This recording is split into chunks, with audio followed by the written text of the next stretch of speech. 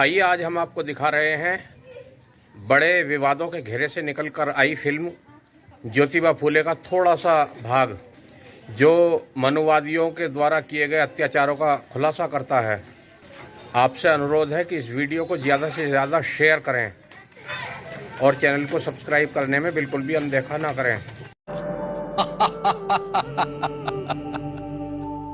जब से पेशवा को पता चला कि दक्षिणा प्राइज कमेटी का पुरस्कार ज्योतिबा को मिलने वाला है, तब से वो यही जुगत में लगा रहा कि ये पुरस्कार ज्योतिबा को कैसे ना मिले। प्रणाम पेशवा जी महाराज। मैडम फरार आ रही हैं। उन्हें अंदर ले आओ।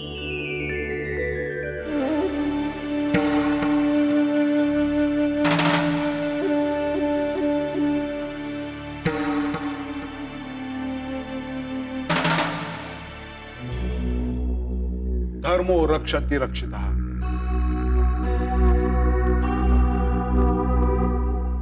धर्म का रक्षक आपका स्वागत करता है। हमारे भाग्य है कि आप खुद यहाँ चली आई, वरना हम आपसे मिलने आपके यहाँ आने वाले थे।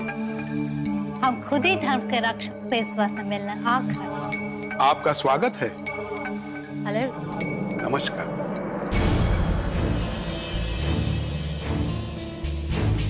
ओ, हम तो भूल ही गए थे कि आप इंडियन लोगों के रक्षक हो।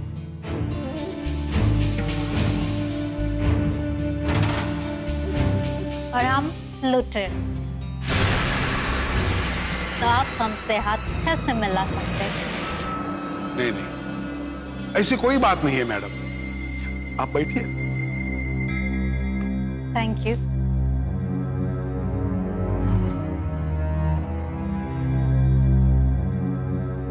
मैंने सिर्फ सुना था, पर आज देख रही हूँ। This mirror is a very big ego. Now tell me, आपने मुझे कैसे याद किया? क्या मदद कर सकते हैं? मुझे धर्म के काम से आपको मिलना था। धर्म के काम से? वैसे धर्म से हमारा कुछ लेना देना तो ना ही है।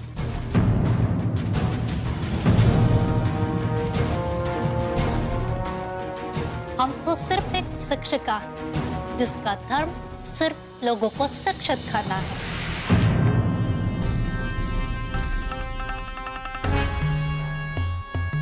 फिर भी धर्म के खड़े में हम आपकी क्या मदद कर सकते हैं? मुझे पता चला है कि आपके पत्र के आधार पर दक्षिणा प्राइज कमेटी ज्योति को पुरस्कृत कर रही है। आपको गलत पता चला है।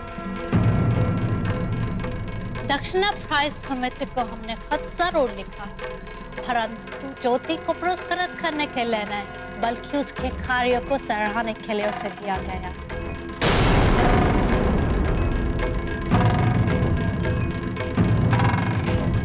दक्षिणा प्राइज कमेटी का धर्म उसे लड़कियों के लिए विद्यालय खोलने के लिए मिल रहा है। वो समाज सेवा है।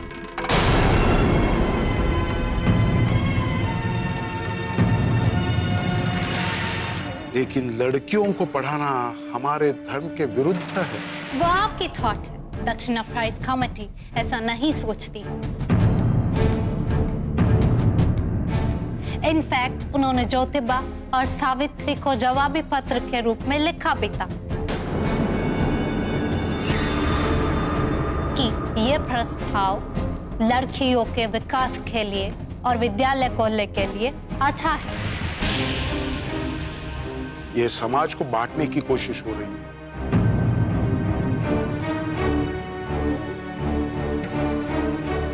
हमारे धर्म में स्पष्ट रूप से स्त्रियों और पुरुषों के कार्य का विभाजन किया गया है।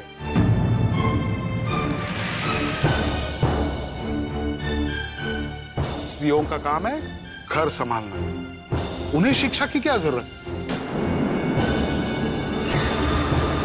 पेशवा, हमें आपके ज्ञान पर संदेह होता है,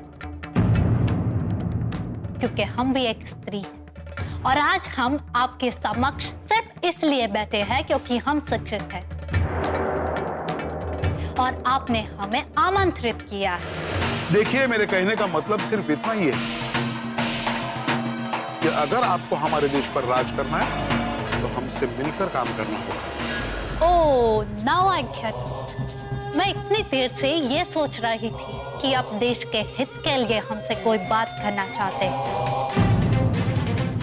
परंतु आप तो अपने देश को बेचने पे उतारू।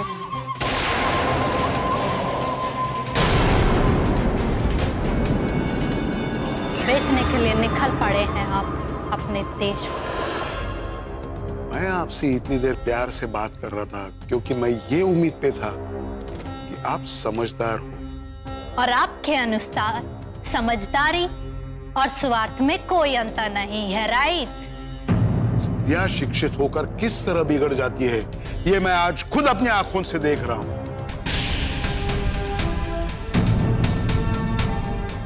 और मैं मेरे देश के स्त्रियों को इस तरह बिगड़ते हुए नहीं देखना चाहता, क्योंकि आपकी पोल खुल जाए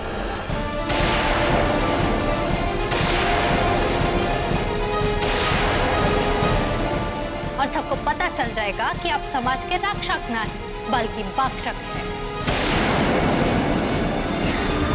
और आप समाज के हित में नहीं सोचते। मैं सोच रहा था कि दो समझदार लोग मिलकर इस पुरस्कार की समस्या को सुलझा लेंगे। मुझे दुख है कि मैंने आपको निराश किया, परंतु दक्षिणा प्राइज कमेटी का धन तो उसे ही मिलेगा जो उसके योग्य है। मैं प्रतिभा और योग्यता का नहीं,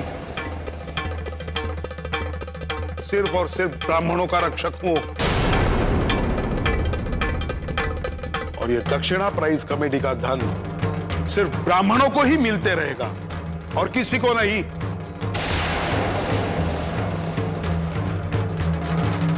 ज्योति को तो किसी हालत में नहीं। मैं भगवान से प्रार्थना करता हूं कि वो आपको सद्बुद्धि दे। नमस्कार।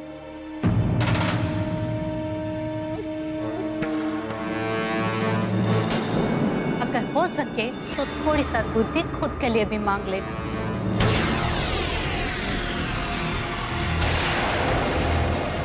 आपको उसकी ज्यादा जरूरत है।